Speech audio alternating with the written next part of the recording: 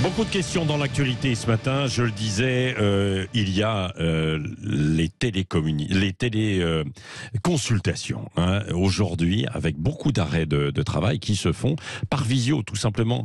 Le gouvernement veut les interdire quand il ne s'agit pas du médecin traitant. Alors, il ne veut pas les interdire directement, il ne veut plus les rembourser. Et c'est une des questions que nous posons sur les réseaux sociaux. Nous avions Jean-Paul Hamon, président d'honneur des Médecins de France, qui était avec nous. La seconde question concernant la réforme des retraites.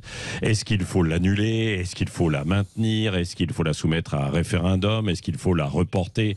Tractation toute la semaine, on en parle en permanence. Arlette Chabot avec nous, Éric Revel. Et Éric qui nous appelle au 0826 300 300 de la Drôme. Bonjour Éric. Bonjour Patrick, bonjour à tous les auditeurs. Bon, qu'est-ce que vous en pensez, vous, Éric, sur la réforme des retraites? Moi, je suis pour la laisser telle qu'elle, donc annuler la réforme des retraites.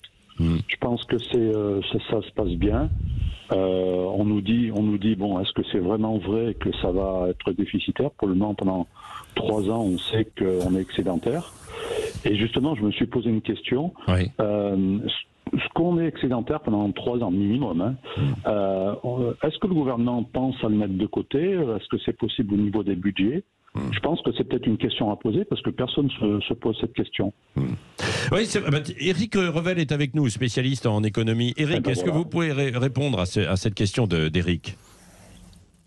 D'abord, le régime de base va être excédentaire les 2 prochaines années, et non pas les 3. Enfin, c'est ce que dit en tout cas le Conseil d'orientation des retraites, puisque l'année dernière, il a dégagé un excédent de 900 millions d'euros, et cette année, il devrait dégager un excédent de 3 milliards d'euros. Donc c'est vrai que le régime de base est reparti sur, si j'ose dire, des bonnes bases. Mais attention quand même, parce qu'on sait qu'avec l'allongement de la durée de la vie, il y a moins d'actifs pour plus de retraités. Donc, le déséquilibre du régime de base, d'après le Conseil d'orientation des retraites, qui a rendu son rapport il y a quelques jours, ce déséquilibre risque de s'accentuer. Mais ce qui est vrai aussi dans ce rapport du Conseil d'orientation, c'est qu'il est écrit noir sur blanc que à l'horizon 2030, il pourrait être en l'état à l'équilibre.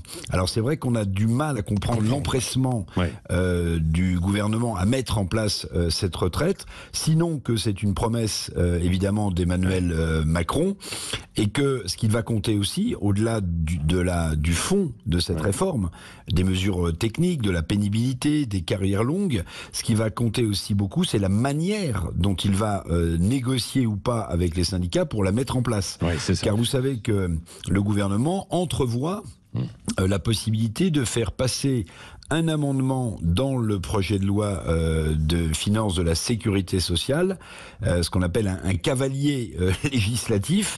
Et évidemment, s'il fait ça et qu'il passe en force, vu le contexte social et économique du pays, ça risque quand même de chauffer et d'être très difficile. Oui, et Éric, les deux Éric, d'ailleurs, Éric de la Drôme et Éric Revel, restez avec nous. Arlette Chabot, Elisabeth Borne s'est exprimée ce matin. Alors, elle promet la recherche du compromis sans exclure le recours au 49.3. Oh là là, vous allez un peu vite, Patrick Roger. Non, elle est encore beaucoup plus prudente que ça. Bon. Elle dit qu'une décision sera annoncée avant la fin de la semaine.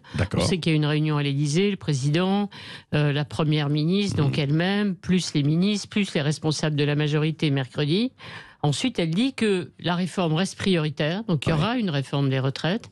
Mais il s'agit de réfléchir, encore une fois, à la meilleure façon de décaler dans le temps l'âge de départ à la retraite. Donc, en fait, tout reste encore flou. Ça veut dire qu'aucune décision n'est prise, ni sur la réforme elle-même, sur le fond, ni sur le moyen de faire passer cette réforme, c'est-à-dire, comme le rappelait tout à l'heure... Peut-être qu'il va y avoir un calendrier, alors il y aura peut-être un calendrier. Est-ce que ça sera, en tout cas, on devrait le savoir, un projet de loi séparé, distinct, qui sera discuté quand, on ne sait pas, ou bien, effectivement, l'autre option sur la table, celle que rappelait Éric, c'est-à-dire ajouter un amendement, ça fait un peu à la sauvette, au projet de loi de finances de la sécurité sociale.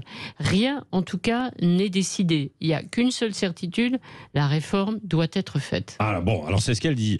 Éric, dans la Drôme, vous voyez, Elisabeth Borne, elle veut la maintenir malgré tout, cette réforme, même si aujourd'hui c'est un petit peu compliqué et ça tâtonne beaucoup. Est-ce que Éric Revel disait, à l'horizon 2030, il pourrait y avoir un équilibre, mais il y a quand même des questions qui se posent parce qu'il y a un allongement de la durée de la vie.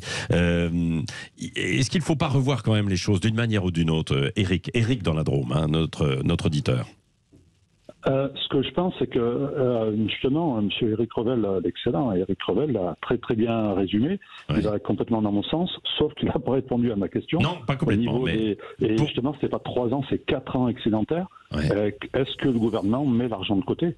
Ah bah, il doit le faire, Éric, non, Éric Revel. Oui, oui, il le fait, mais vous savez, ce qu'on oublie souvent de dire aussi, et là je vais aller dans le sens d'Éric de la Drôme, c'est que il y a le régime de base, et puis vous savez, à côté, il y a ce qu'on appelle les régimes complémentaires, l'Agirc-Arrco. Et quand vous regardez la situation de l'Agirc-Arrco, en fait, elle est excédentaire, cette situation, parce que le trésor de guerre de l'Agirc-Arrco, entre guillemets trésor de guerre, est évalué à 70-75 milliards d'euros. Donc pendant des années, on nous a expliqué que ces régimes complémentaires de retraite étaient en grande difficulté, et on s'aperçoit quand on regarde un peu les documents qu'en fait il est très excédentaire. Mais je pose la question, est-ce qu'il faut attendre d'être dans une situation de déséquilibre total, de déficit financier pour prendre des mesures? Car ne l'oubliez pas, nous avons une dette colossale, nous avons un déficit budgétaire important, et évidemment permettre à tous ces régimes d'être équilibrés ou d'assurer une certaine stabilité, c'est un sujet budgétaire beaucoup plus global qui intéresse évidemment le pays. N'oubliez pas que l'idée d'Emmanuel Macron au départ, c'est à l'horizon 2030 de repousser à 65 ans l'âge de départ à la retraite, mais il faut, parce que le diable est dans les détails, il faut d'abord que le gouvernement explique comment il va tenir compte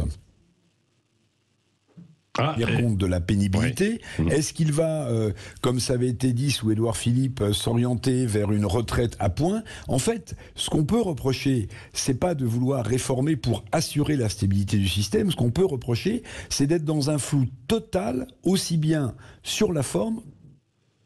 Comment faire adhérer une majorité de Français quand on est flou sur la forme et sur le fond?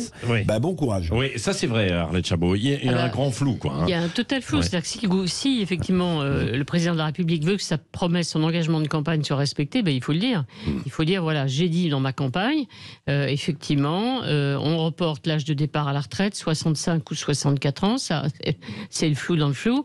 Donc j'assume, on met le projet effectivement sur la table et on discute et on verra bien. C'est assumer un engagement. Sauf que vous avez vu, la plupart des partenaires sociaux sont contre. Hein. Oui, mais ça, il le savait. Quand il le propose pendant sa campagne électorale, c'est pas une surprise. Ouais. Les Français sont majoritairement hostiles à la retraite à 65 ans. Ouais. Les partis politiques sont contre, sauf les Républicains, mais les Républicains, dans le contexte, vont-ils aider le gouvernement?